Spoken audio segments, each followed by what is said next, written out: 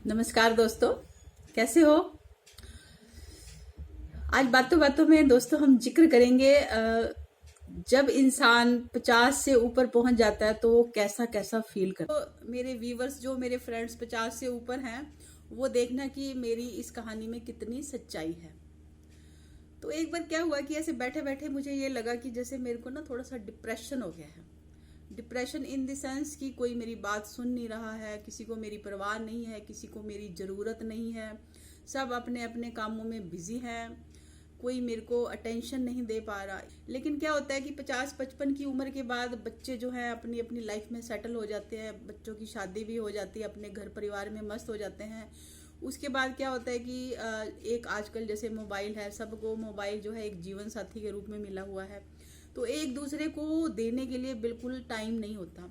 तो उस समय सबसे पहले इंसान को ये लगता है कि यार मैं कहीं डिप्रेशन में तो नहीं चला गया। तो क्या हुआ कि ऐसे मुझे फील हुआ कि मैं तो डिप्रेशन में चली गई हूँ। डॉक्टर के पास गए।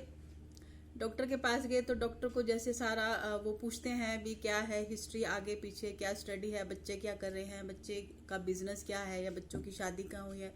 सब कुछ जानने के बाद उन्होंने जस्ट एक कहा कि आप कहाँ तक आपकी स्टडी है। तो मैंने जैसे बताया कि मेरी यहाँ तक स्टडी है।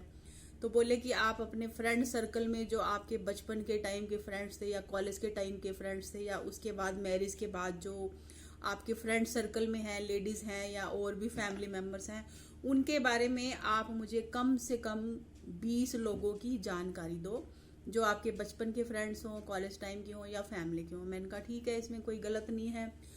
तो मैंने 20 लोगों की जानकारी जो है कलेक्ट की, जिसमें मेरी बचपन की 2 फ्रेंड्स थी, कॉलेज के टाइम की 3 फ्रेंड्स थी। उसके बाद जैसे मैरिज हुई तो अपने पड़ोस में जैसे फ्रेंड्स बन जाती हैं या जिनके साथ हमारा मन मिल जाता है हमारे फैमिली रिलेशन में, उनकी मैंने पूरी की पूरी जैसे जानकारी निकलवाई। और उसके बाद हम डॉक्टर के पास जो है मिलने के लिए गए। तो डॉक्टर ने जब उनके बारे में सारी जानकारी प्राप्त की तो जो 20 मेरी फ्रेंड्स थी उनमें से मतलब 18 तो ऐसी थी जो किसी ना किसी रोग से ग्रस्त हो चुकी थी। किसी को घुटने की प्रॉब्लम थी, किसी का कोई ऑपरेशन हो चुका था, किसी को रीढ़ की हड्डी की प्रॉब्लम थी, किसी के बच्चे बाहर सेटल थे, किसी की लड़कियां नहीं थी, खाली लड़के थे। लड़के हो तो घर में देखो काम धाम कितना बढ़ जाता है। लड़कियां होती हैं माँ की हेल्पर होती हैं, माँ की वेल विशर होती हैं, माँ के साथ बातचीत करने वाली होती हैं, चाहे उसकी शादी हो जाए, चाहे वो मायके में रहे या कहीं पढ़ रही हो।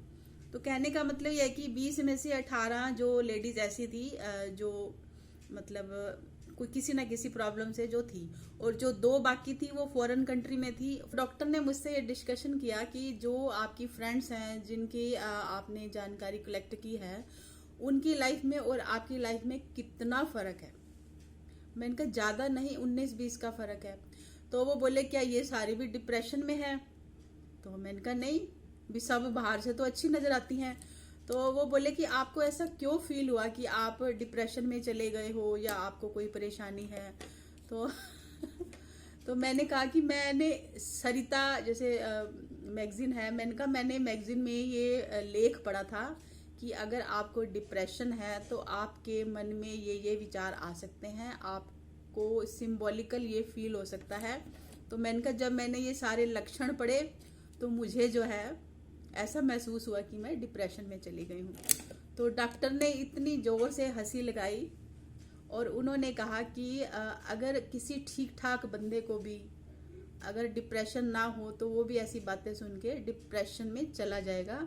तो आप अपनी लाइफ को एंजॉय कीजिए, अपने रूटीन को सेट रखिए, हैप्पी रहिए। जिन कामों की तरफ आपका ध्यान है या जिन कामों में आपका रुझान है आप वो काम कीजिए, तो आपको लगेगा ही नहीं कि आप जो है डिप्रेशन में हो। आपके बच्चे जो कर रहे हैं उनको करने दो, उनकी लाइफ है, उनकी उम्र है। आप अभी इस उम्र में ऐसे ही बिजी रहते थे। तो उनकी बात सुन के मैंने अपने माथे को ऐसे हाथ मारा और घर आके फिर से अपनी रूटीन में बिजी होगी। तो बाय बाय।